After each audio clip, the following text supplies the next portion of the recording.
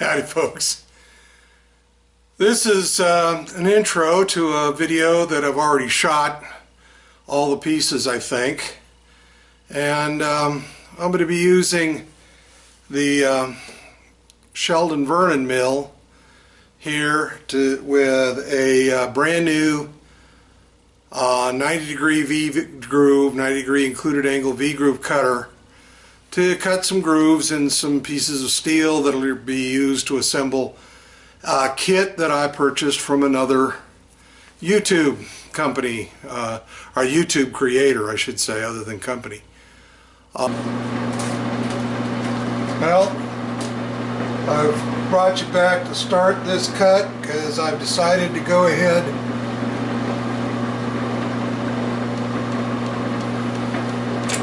with the full 75 thousandths of pass.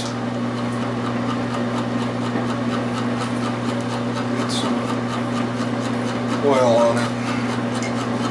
And a single pass, that is.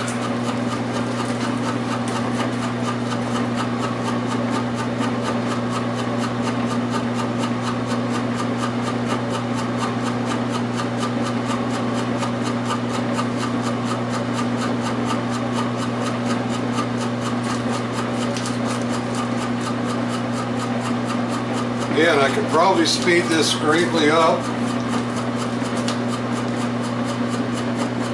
or speed this up greatly, being that I'm not machining my mild steel with high-speed steel.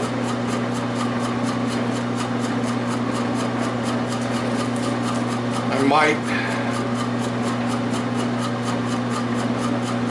believe, just looking at the pulley back there, that I have it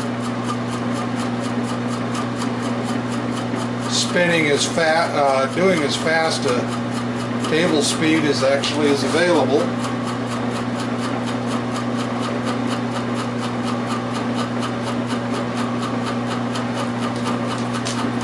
Since I have the belt on the largest step of the pulley. Boy, it's just munching through there without any complaint.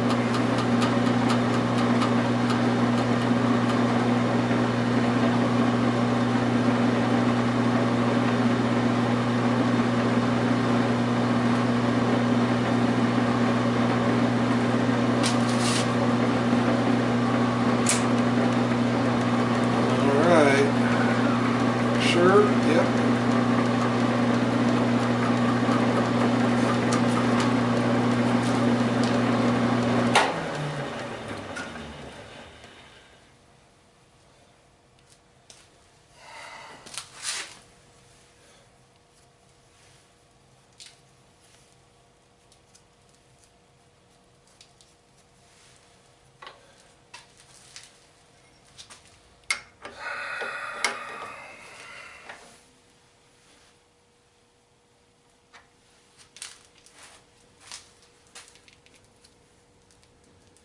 So there are the two pieces. They don't actually mate up, but they look like I got them pretty close, which when you see where they go, that'll be probably more than adequate. Now we're making cuts at 90 degrees to the first set. This is the last one, and I've sped the machine up. So we're taking the 75 thousandths deep cut at a much higher RPM.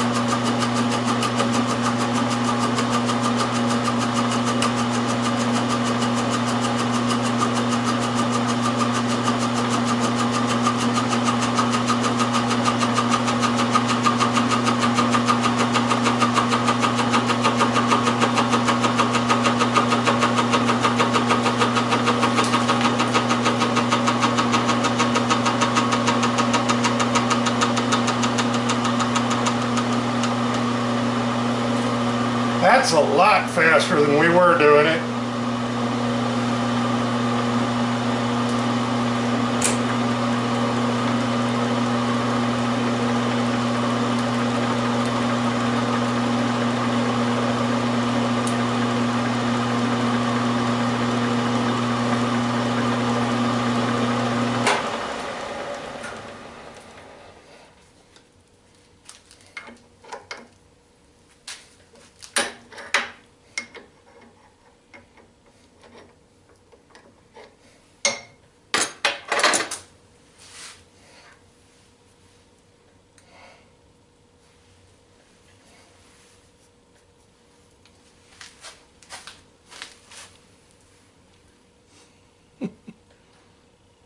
There she is.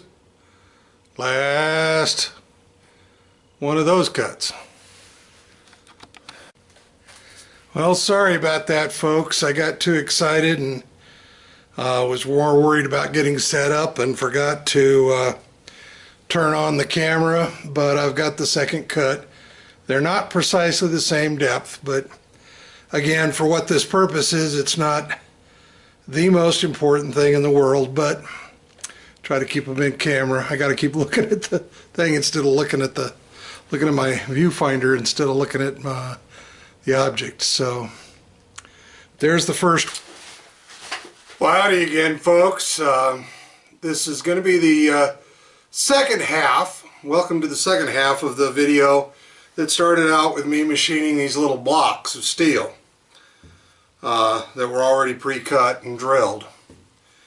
And what we'll be talking about is assembling, and I don't know how well you can see the parts, but what I have here are two sets of parts for Saunders Machine Works clamps.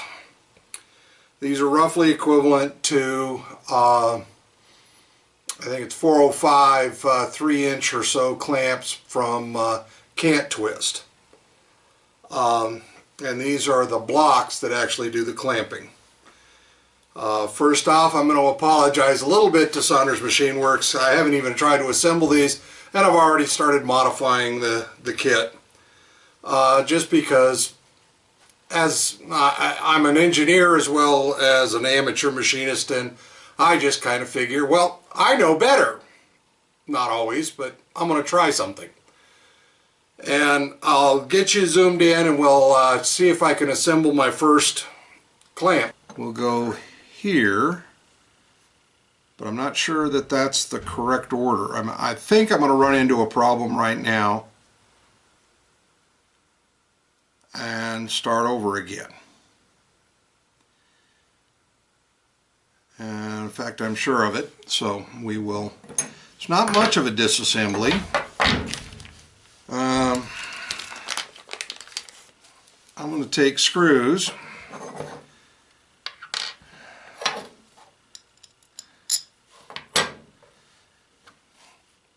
This screw and this screw come out of the main hardware kit, and looking at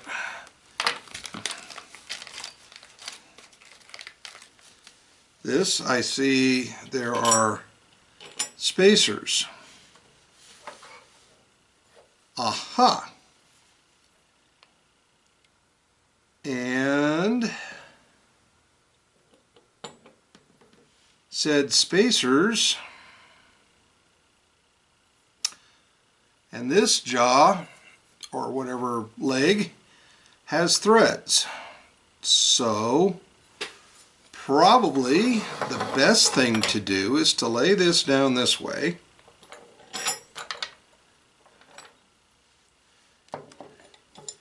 Then we'll place the spacers as best we can.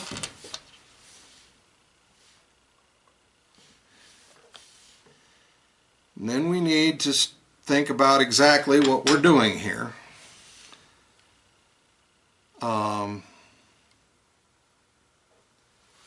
Okay, we need to place this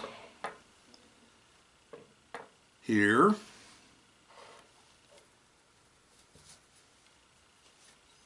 we need to place one of these here, and they're identical. So, okay, go back, place this here.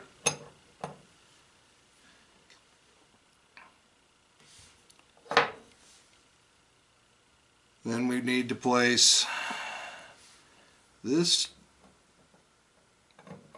on here. Okay, then we can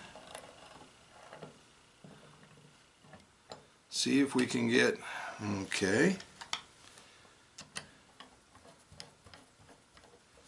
I happen to have the correct size driver right handy, because I do check those kinds of things. And if I can get that started, okay. I think we're partially there. Now, what I'm not sure of, there are two washers in this kit, two washers in that kit. Where these washers are supposed to go.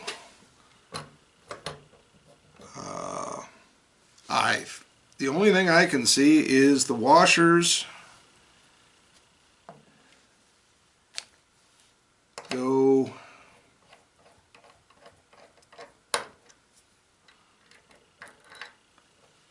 under the screw heads to preserve the paint or something, because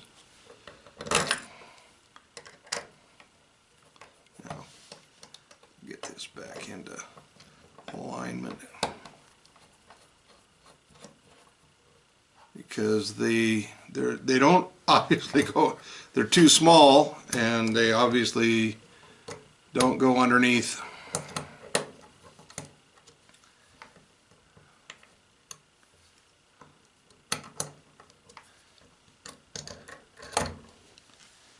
So we'll place the washers under the screw heads. So this is matching up perfectly so they don't go anywhere inside the assembly, shall we say. Okay, I'm not going to tighten these too tight, because now we have to put in the jaws. And what I'm not clear on, that's what I kind of thought. Now somehow, in doing all this work, I have two packages that these came, 4 packages for these parts. These 2 packages I open over here, I have 2 washers, a screw, and a nut in each package. And these 2 packages that were over here, I have to find the other one. Oh, I've thrown away the plastic. I have one laying out here. I had a single washer, a screw, and a nut.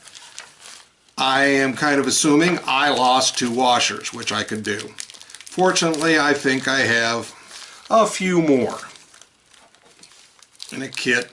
This is some stuff out of one of those 1001 fastener kits that you get at Harbor Freight or someplace. I believe these are the correct size. Yes, they do work. This may be a bit fussy, fiddly, but we will do what we can and try to persevere. Okay, now the real fussy part is going to be getting a washer in here.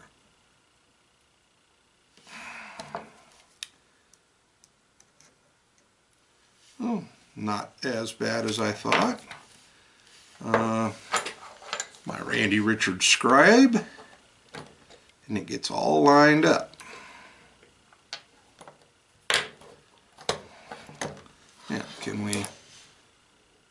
And that's obviously not correct because now that's too far apart and the screw doesn't reach unless the other screw is longer.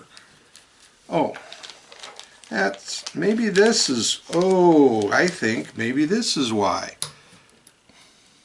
The set over here, the two that I didn't keep track of which bags I opened up. The bags over here have longer screws in them. Amazing. Now, if I do this real carefully, I have a screw through and a nut. I'm presuming these are all interchangeable in that sense. And yes, I have that secured. So that means that this screw is for this with a narrow clamp.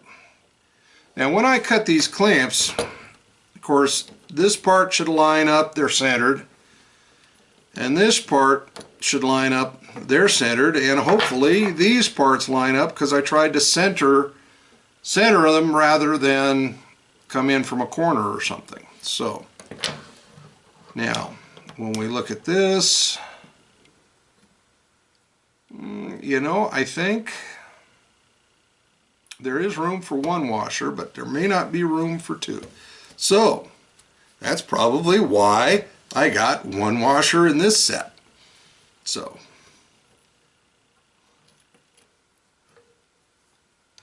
slide that in, and now slide it over, find the hole, and steal a nut out of this one, because where I stole the screw from, I didn't steal the nut. So now the question is,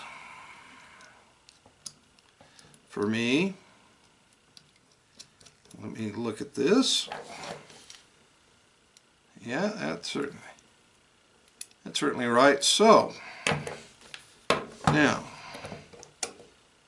I can tighten these down. Now these two, I can definitely, if I want to, take it apart and assemble with Loctite. And I may want to do that with, you know, this is looser than this. Loctite may be a very beneficial thing, but that nut is not tight. Now if you saw, I have the wrench that fits these nuts, and I think I'm going to take, this one spins nicely, this one's awfully tight. Not sure what I want to do there. I mean, it's loose enough with this, doesn't seem to be moving things, so I think I'll just leave it as it is and maybe tighten this one down a bit.